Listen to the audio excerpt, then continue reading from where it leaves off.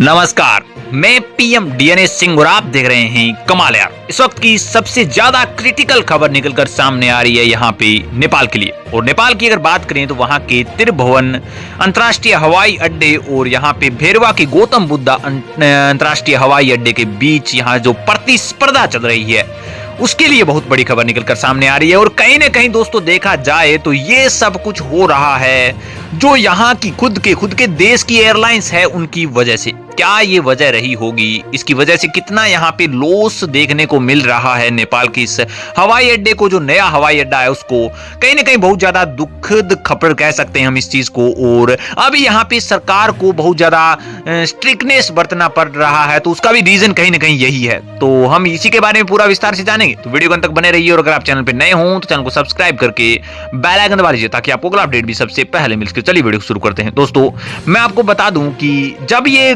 भैरवा का Gautam Buddha international airport बना था या फिर ऐसे कहें कि काम चल रहा था, तब सभी के मन में यह था कि अब पर्यटन का स्तर बहुत ज्यादा ऊपर बढ़ने वाला है। इसका रीजन था क्योंकि इसमें काफी ज्यादा इन्वेस्ट हुआ था, लग्जरी चीजें थी, 5 स्टार रूम्स थे, 5 स्टार होटल जैसी सुविधाएं थी।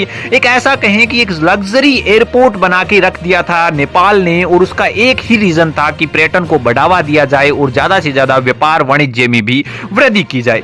तीसरा बड़ा रीजन ये भी था क्योंकि जो त्रिभुवन अंतर्राष्ट्रीय हवाई अड्डा है वो एकमात्र नेपाल का इंटरनेशनल एयरपोर्ट था, और अब इसमें दूसरा इंटरनेशनल एयरपोर्ट आ रहा था जो कि उससे भी बड़ा था। लेकिन दोस्तों प्रॉब्लम तब आई जब ये बनकर तैयार हो गया। आप सभी सोच रहे होंगे कि बनकर तैयार होने के बाद कैसी प्रॉब्लम। तो मैं आपको बता दूं कि जो यहाँ की एयरलाइंस थी, यहाँ पे अगर जो बात करें खुद की देश की एयरलाइंस, यहाँ पे अंतर्राष्ट्रीय उड़ानें ऑपरेटर नेपाल एयरलाइंस कॉरपोरेशन हो गई, CNN कह सकते हैं हमें, हिमालय एयरलाइंस हो गई, उन्होंने यहाँ पे इस हवाई अड्डे पर अपनी हवाई जहाजें चलाने से ही इनकार कर दिया, जो कि सबसे बड़ा झटका था दोस्तों, जो कि इससे हवाई अड्डे को कहीं ना कहीं पलटवार देने वाली बात थी। तभी यहाँ पे कतर ने थोड़ी सहायता की। कतर की एक कंपनी जो कि यहाँ पे जजीरा एयरलाइंस थी, उन्होंने कहा कि हम इसके ऊपर एयरलाइंस है वो चलाएंगे, और उन्होंने शुरू भी की। लेकिन इस दिन भी हमने यही कहा था कि अगर आपके खुद के देश की एयरलाइंस नहीं चलेंगी तो कहीं ना कहीं एक लॉस तो ये है कि आपको ज्यादा पैसा इन्वेस्ट करना पड़ेगा, और दूसरा लॉस ये भी है दोस्तों कि अगर यहाँ पे खुद के देश की एयरलाइंस नहीं चलेगी तो दूसरे देश वाले भी ये सोचेंगे कहीं ना कहीं प्रॉब्लम है इसीलिए नहीं चला रहे। तो ये सबसे बड़ी प्रॉब्लम है, और यही आज दिखाई दे रहा है दोस्तों। जो जजीरा एयरलाइंस है उसने भी अपनी फ्लाइट्स कम कर ली हैं। उसका रीजन यही है कहीं ना कहीं कि ये खुद के देश वाली एयरलाइंस भी नहीं चला रहे तो हम क्यों चलाएं। इसीलिए यहाँ पे सरकार को कुछ कड़े कदम उठाने के ऊपर मजबूर होना पड़ा है। मैं आपको बता दूं कि नेपाल की नागरिक उड़ान प्राधिकरण है, जो कि उन्होंने यहाँ पे CNN ने नेपाल के 2 अंतर्राष्ट्रीय उड़ान ऑपरेटर नेपाल एयरलाइंस कॉरपोरेशन और हिमालय एयरलाइंस के खिलाफ देश के दूसरे अंतर्राष्ट्रीय हवाई अड्डे भेरवा में गौतम बुद्धा अंतर्राष्ट्रीय हवाई अड्डे से उड़ानें नहीं ले जाने के लिए कार्रवाई करनी शुरू कर दी है।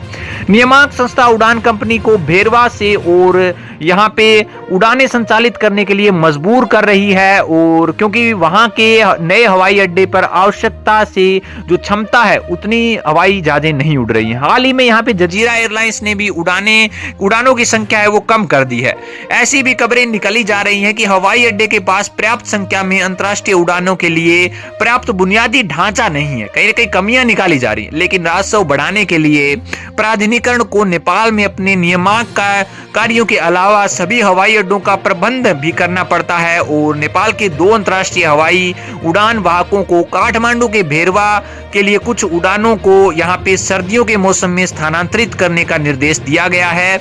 जैसा कि यहाँ पे कंपनियों ने इसका पालन नहीं किया तो उस पर एक कड़ी यहाँ पे कार्रवाई की जाएगी। प्राधिकरण ने ये कहा है कि काठमांडू में भी उनकी उड़ानों को कटौती की जाएगी, यानी कि त्रिभुवन अंतर्राष्ट्रीय हवाई अड्डे से भी उनकी जो उड़ानें हैं उनकी कटौती कर दी जाएगी। और CAAN के यहाँ पे सूचना अधिकारी ज्ञानेंद्र बुल्ला का कहना है कि 3 अन्य अंतर्राष्ट्रीय उड़ानें ऑपरेटरों को काठमांडू हवाई अड्डे से हर दिन 3 से अधिक उड़ानें ले जानी होगी। इनकी मजबूरी हो गई है दोस्तों। कहीं ना कहीं ये चीज मुझे सही लगी इस टाइम, क्योंकि आपको वो हवाई अड्डा देखना चाहिए, नया हवाई अड्डा है उसको चलाना चाहिए, जिससे कि विदेशी कंपनियां भी आकर यहाँ पे उड़ानें संचालित करें और एक लग्जरी हवाई अड्डे का आनंद लिया जा सके, जिस हिसाब के लिए आपने ये हवाई अड्डा बनाया था वो यहाँ पे एक्चुअल वैल्यू पूरी कर सके।